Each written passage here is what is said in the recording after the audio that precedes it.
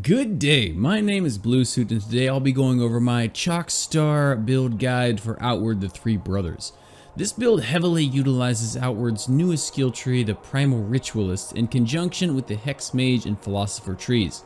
Since Primal Ritualist is probably new to most of you, I'm going to go over exactly what it entails. You have two instruments, a drum and a set of chimes that you place down like totems.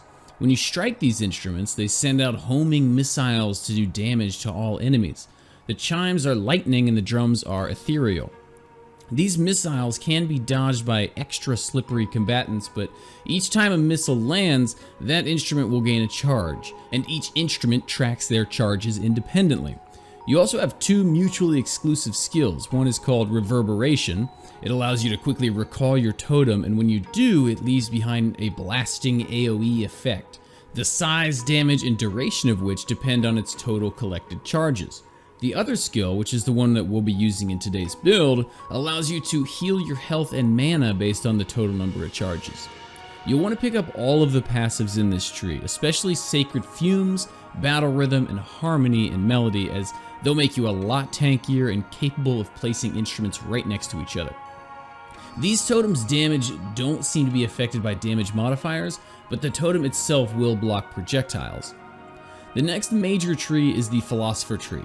I spent a lot of time trying to find out what types of damage will and won't set off the instruments, and it seems like the only thing that will is the direct hit of a melee weapon. The only exception that I found to that rule is in the chakram. For very little mana, you are able to play these instruments with your chakrams from a distance while enemies helplessly try to get to you.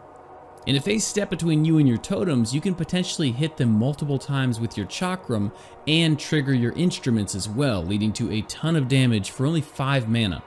You'll also want to make sure you pick up Leyline Connection for this tree. Even though your mana costs are low, you'll be spamming chakrams pretty often. To supplement the Philosopher Tree and to even use chakrams at all, you'll need to take Brace and Focus from the Warrior Monk tree. And your ability to use Brace to gain Discipline will determine your success with this build. You do have Focus in case you miss it once, but if you miss it again, you'll have to go several minutes without your chakrams. Fortunately, we do have a backup to that plan in our third skill tree, which is Hex Mage. There are really only 3 skills we're going to pick up here, but they add an immense amount of power to this build, and they are Torment, Rupture, and Bloodlust. One fun side effect to your totems is that the drum and chimes inflict haunted and doomed hexes respectively, causing enemies to take more damage from those elements. When you use Torment on an enemy who has haunted and doomed statuses, they take 40 damage and receive 60-second debuffs to their physical and magical damage for a whopping 40%, and this only costs 5 mana. The second skill we take is Rupture, which consumes the hexes and deals 100 damage and 66 impact damage. The crazy interaction here is that the hexes are applied again instantly, so even if you don't have Discipline up, you can still just run around spamming these 2 abilities until everyone is dead, allowing you to take on huge mobs of enemies at a time. And then we take Bloodlust because it provides a massive amount of mana and health healing. The only other skill to take note of is Mace Infusion, because sometimes it's nice to be able to block a spell and gain an additional source of elemental damage. When it comes to gear, I feel that there's a lot that could work in this build. I chose to go with the Gold Lich set with the Jade Lich Mace for the super mana reduction, but that's really not necessary. With your very small mana costs, mana healing from Bloodlust, and regen from Leyline Connection, you could get away with far less and invest instead in more movement speed, cooldown, or defense. The Buzu backpack is another personal preference. I don't like taking off my backpack, but I still like fast rolling. Finally, there's the actual chakram.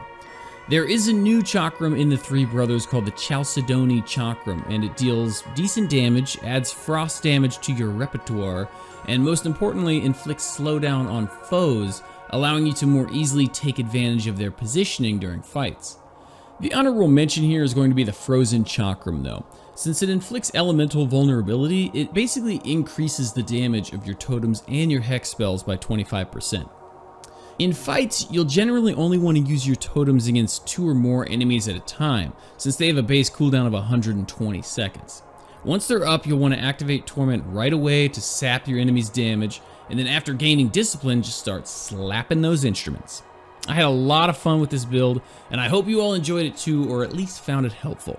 Don't forget, you can always come see me on Twitch, where you can tune in 5 nights a week. As always, don't forget to like, subscribe, and let me know in the comments what you thought about it.